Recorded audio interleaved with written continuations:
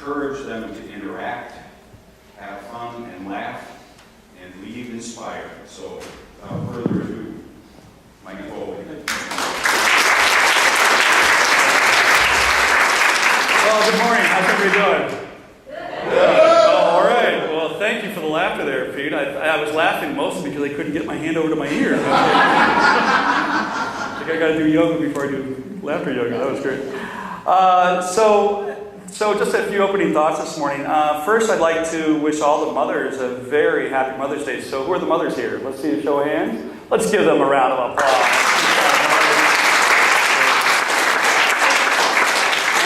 Secondly, I'd like to introduce a good friend of mine, Michael Walker. Michael is an amazing musician and songwriter, and he'll be performing 2 or 3 today, Michael. Original songs. 2 for sure. We'll see for sure. Okay, we'll go with 2. All right, so let's just take a moment and get centered. So why don't you close your eyes and just take a big, deep breath, and just fully arrive from your busy week. And just release all the tension and the stress of your daily life. You know, rushing from one place to the next, back and forth and back and forth. And just take one more big breath and just release all of the week. Just let it all go. Just exhale it out. So just for this hour, just let it all go. You know, why don't we make a pact, all of us? The doors are closed, it's just us in here now. So just for this hour, let this be the hour that you let go. The 1 hour during the week where you absolutely can just let go and receive all the love and the divine that's out there for us. So take one big last breath.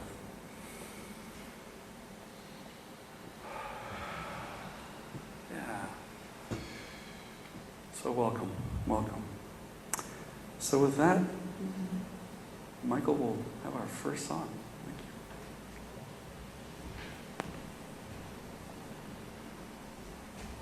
you.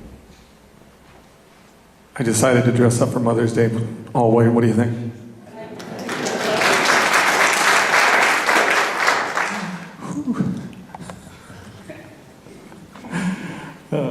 This is a brand new song. Every time I come here, I feel energies and suggestions and inspirations. And this is one that's all through. So this is called Life is Here Right Now.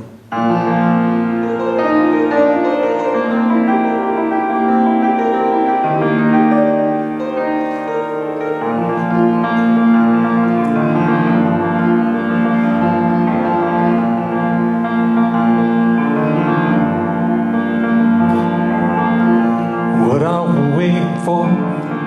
Life is here. What are we waiting for? You don't need to know.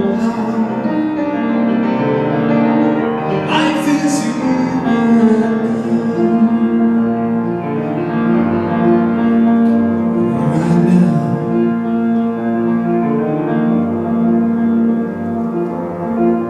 What are you longing for? It's all here right now. What are you hoping for? You don't need to know how. Life is here right now. Life is here right now.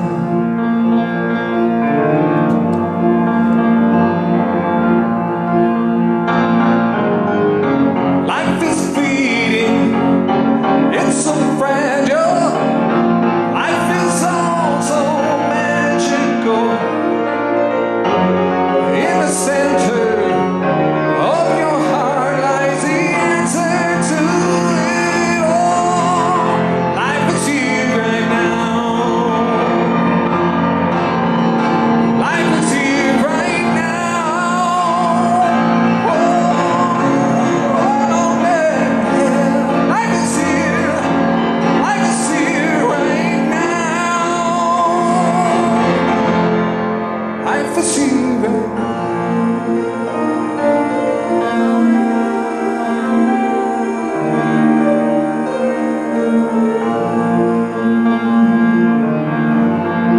Life is here right now.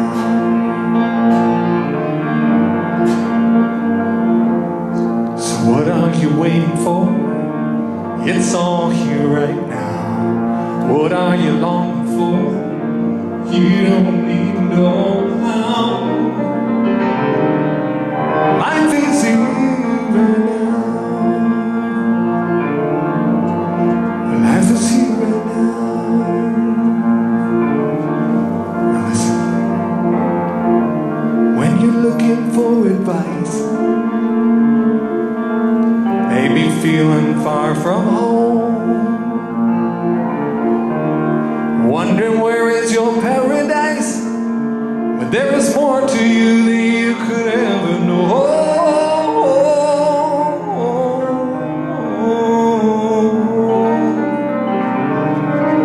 Life is you right now. Life is you right now.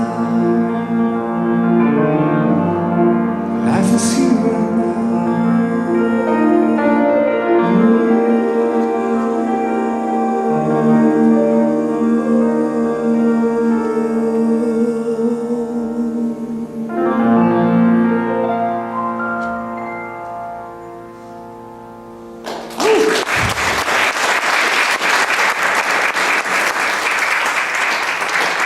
Thank you, Michael. Beautiful, beautiful. So the title of my talk today is The Tree of Life, the Tree of Life. And I started thinking about this talk about a week ago, and I put the name out, and then my daughter emailed me and said, "You do know it's Mother's Day, and is this going to be about mothers?" I was like, "Oh, geez, that's right, it's Mother's Day." So all week it's been just so fascinating to actually take the original thought I had and tie it into Mother's Day, and it actually tied in absolutely perfectly as it came together. So appropriate with spring just bursting outside. I thought it was completely appropriate since we Minnesotans, and this is what makes us unique. Has anybody noticed we Minnesotans absolutely go crazy for spring? All right, just insane. I was biking the other day, and there was like an intersection between the lakes, and like 10 bikers came together all at one time. So it's just, we just love spring, and I think it has to do with this dynamic, creative energy that inspires us. What is that? Have you ever asked yourself, what is that dynamic energy that makes the tulips burst? That makes the buds on the trees absolutely come alive? Have you been driving down the streets and just noticing that unbelievable green in the trees with life just bursting forth? What is that energy that bursts forth with those? And what is that energy that makes us, compels us to run around the lakes or take a walk around the lakes? So, and that's what I'd like to talk about today. And that's where the Tree of Life comes in. According to Hinduism, the divine power that creates, maintains, and destroys the universe is called Shakti, or universal energy, and it's in the female form. Perfect, mothers. The Shakti power is worshipped alongside God as the Divine Mother. This is the origin of the mother worship, and thus the idea that human mother is worthy of reverence and worship just as the Divine Mother, or Shakti. And that's truly what I'd like to talk about today is, on this beautiful Mother's Day, is the Divine Mother, our source, God, the universal energy, that dynamic, creative energy that inspires each of us, that inspires life on this planet. Or as the yogis like to say, that energy that is closer to you than your breath. That's closer to you than your breath. So that life energy is all around us once again as we walk around. You see it in the animal and the plant life, the animal life, human life. The same energy that bursts forth in the lilacs is the same energy that compels us to go out and partake in the fullness of life. So an example is my girlfriend Angelica. She, as soon as spring comes, she gets this look in her eye, and she has to go to Lake Superior. She has to go and see the life up in Lake Superior, and that's just how it comes out in her. In other people, they have to go out and go around the lake. My daughter has to run around the lake every time it's beautiful out. So what is it for you that inspires you to go and partake in the fullness of life? And that's the energy that I'd like to take a closer look at. And it's true in the animal world as well. 15 years ago, growing up, my daughter had this dog, Seamus, and this dog in the spring would get so excited to be outside, and we'd throw the ball and I'd say stay, and the dog would sit there, but he'd tremble. He's so excited and so filled with that life energy. So it's true for us, it's true for animals, it's true for the plant world. So how do we tap into this? And how do we connect with this dynamic energy? More importantly, how do we relate to this? How are we to relate with the dynamic energy that I'm talking about? Flowers, they just have a consciousness that they turn toward the sun when the sun comes out. But we have an independent will. So with that independent will, how are we to relate to this energy? And 20 years ago, I came across this mythology. It's a Native American concept of life as a branch, or a tree, if you will, tree of life. And that in life, we go off in a direction, and we think we're going in the right direction, but something's calling us and pulling us back in the opposite direction. And then we go off in this direction. And then something pulls us back to this dynamic energy, and we go off in this direction, and then we go off in this direction, and then we go off in this direction.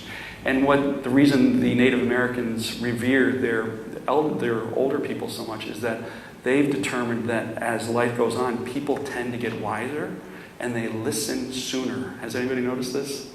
As you go on in life, when I was a young man, I would go off and I would just keep going, And the delta between where we are on that branch and where this divine creative energy is, I define as pain. So as we go off and we stop, we ignore where that's calling to us, we ignore that message, it becomes painful. Has anybody noticed this? Yeah. For me, it showed up. I was a football player, and I'm 5'11", and I was determined to play in the Big Ten. So I played for a junior college, and we went and played at the University of Wisconsin at Camp Randall Stadium.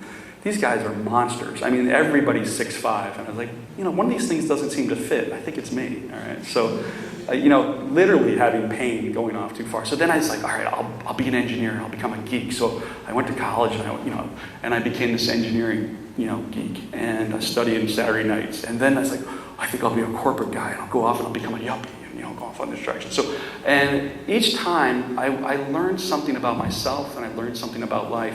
But the thing here is, life is trying to wake us up and snap us out, and pain typically is the thing that, if we let it go too far, it becomes quite painful, and sometimes life can shake us. And so an example for me was when I was that corporate guy working at Illinois Bell was my first job. I had 13 union employees, and they, I was reading all these books about take risks and go for it in life, that type of thing. So our job was to cut circuits for major companies, and we'd have to process. So you'd call the company and say, hey, can we take your circuits down for 5 minutes and we'll replace them? And they say yes. And anyway, so we do this. So I thought, well, that part where we call, it's kind of becoming a distraction. So I think, if I'm a risk taker, let's skip that part. So, yeah, what could go wrong? And so for 2 months, my team is cranking. I mean, we're going, and all the productivity in the city in Chicago is like Foley, and I'm like, look, everybody's like, what is he doing with his team? Why don't you guys be more like Foley? And I'm like, this is great. They don't know what I'm doing. And finally, we cut this one day. We cut WGN. You guys have heard of WGN. All news, weather, sports, all day long, 24/7, right? We cut their circuit, and we can't get it back up. All right? And they're a news station. They don't have the AP line coming in so that they can report the news. So as you can tell, this probably went up to the president and down to my manager, and they called me up and absolutely chewed me out. And so I'm totally dejected. I come back to my little room with my 13 union employees, and we weren't getting along very well because I was, pushing so hard. And there was the leader of the group, this woman Cassandra, is kind of a robust woman. And as I'm walking to my desk, she goes, "Oh, they chewed on my baby. You come on over here." And I'm like, "You come on over here. They chewed on my baby." So I come over, and I'm in my suit and tie, my little yuppie. She sits me on her lap, and she's rocking me. She's like, "Oh, they chewed on my baby, but good."